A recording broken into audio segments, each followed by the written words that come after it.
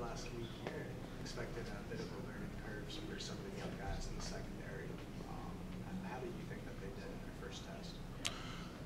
I thought that our younger guys played remarkably well in terms of assignments. You know, that's what you got to look at.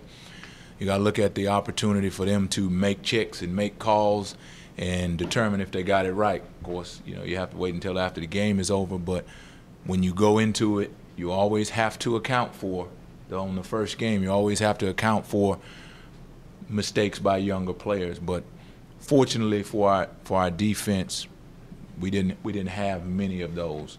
And it's a tribute to guys like Jordan to be able to, in the secondary, to be able to help those guys out. But like he said earlier, they're really ahead of their time in terms of the preparation, in terms of their outspoken operation on the field, and that helps us. But as a coach, that doesn't help you sleep as well. You know, when you know you gotta rely on a freshman or even a sophomore. So, what kind of test is UNT going to provide for some of those younger guys? Well, they are, like Jordan said, they're a much improved team, and they are, you know, they're doing things that, from motions to formations, those things are where your eyes are tested and where your communication is tested. And those are the places where a young guy, you have to show him continually throughout the week what formations he'll see, and you have to make sure that he gets the checks the right way, because we always say our defense, the safeties drive the bus. And, you know, we have some younger guys playing at linebacker, but a lot of times the calls, the checks are being made by the safeties. And those young linebackers, they're in a safety zone, so to speak, but the guy who is holding the net is another young guy just like him. But I'm really excited about the direction that we're going, because of the fact that the younger guys, even though young, inexperienced, no one prepares like each of those guys, and they give us a good chance. It would be very different if you had a young guy who had incredible talent, but he wasn't interested in studying film and getting the mental edge and coming up talking to his coaches. That'd be a different deal. These guys are not like that. So coming into the first week, defensive line was definitely an area of excitement for the staff. How did you evaluate their week one performance? Well, they did some really good things. And when you talk to Coach Wyatt, he is tickle pink, and he is, because of the amount of depth that he has, the level of competition for positions and for playing time. And, you know, for the defense, that's something exciting to have on the defensive line. You know, if you got it in the secondary, they're the last line of defense, but it starts with the defensive line. And those guys, they've been a pretty productive group pretty much since we've been here, but they've just taken it to another level. So we as a defense, me as the coordinator, I'm excited about where they played. I'm excited about what they were able to do, because it's when you have a good defensive front, you don't have to dial up blitzes. You know, you can move and allow you can move the front and allow their abilities to take over. So it wasn't a blitz fest, but it looked like it at times, you know. And yeah, and when you're able to blitz and we've been in this situation where we're blitzing and it doesn't look like we're blitzing. You know, when you're not blitzing and it looks like you're blitzing, that's when you know you're okay up front, especially. So that's kind of where we are. We're really excited about the defensive front, but them too. You know, there's a lot of emphasis placed on the secondary, but we got some guys up front who are. We're going to give them a chance to come into their own. Guys like Demrick Gary that we've, you know, had an opportunity to move inside. Cullen Davis, new to the team. Demarie Mixon, new to the team. Those are guys who we think will continually get better and you know, be able to give us some exciting things up front. Where do you see room for improvement for Mixon this week? Well, I think that he was, you know, when you evaluate his performance, he was a solid player.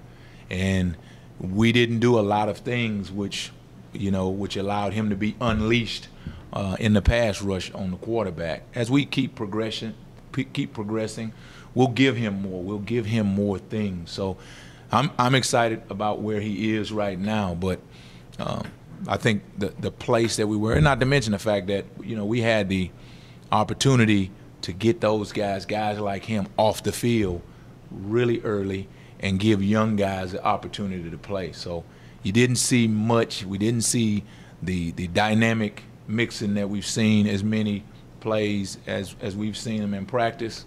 But in this game, it was more of an opportunity for us as a staff to get younger guys some great reps to make sure that we solidified depth.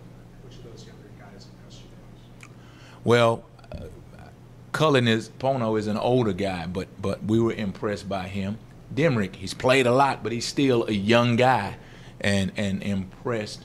We're impressed by him. We even got an opportunity to get guys like Pat Jones, Ken McLaren.